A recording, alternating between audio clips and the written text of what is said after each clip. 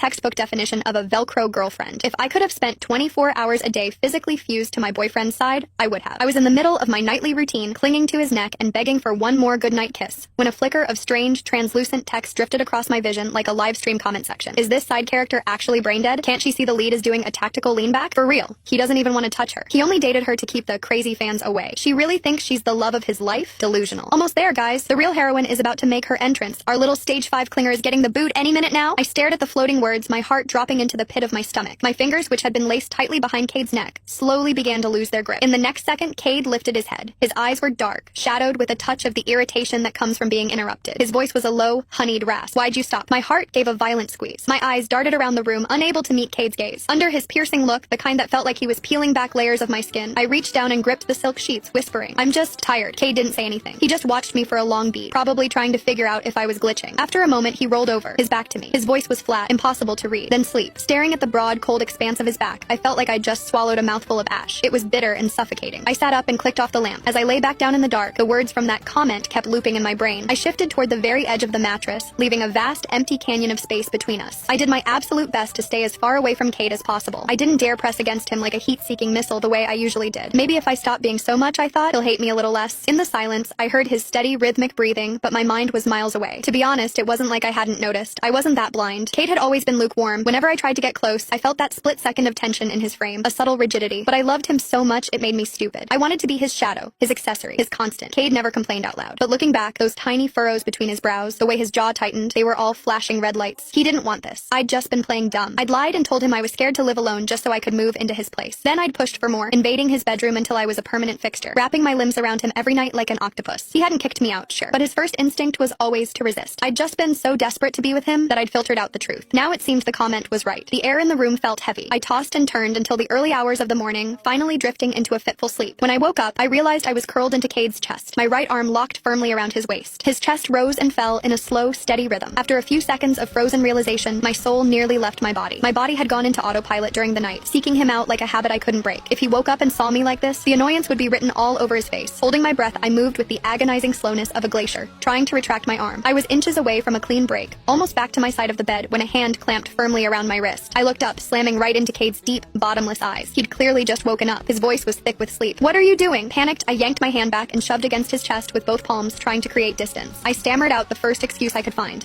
Nothing. It's late. I have to get to work." Cade didn't respond. He just watched me with that expressionless mask. Even though I was avoiding his gaze, I could feel the atmospheric pressure in the room dropping. The lead is definitely in a bad mood now. Imagine waking up to a human leech every morning. God, who wants to be suffocated in their sleep?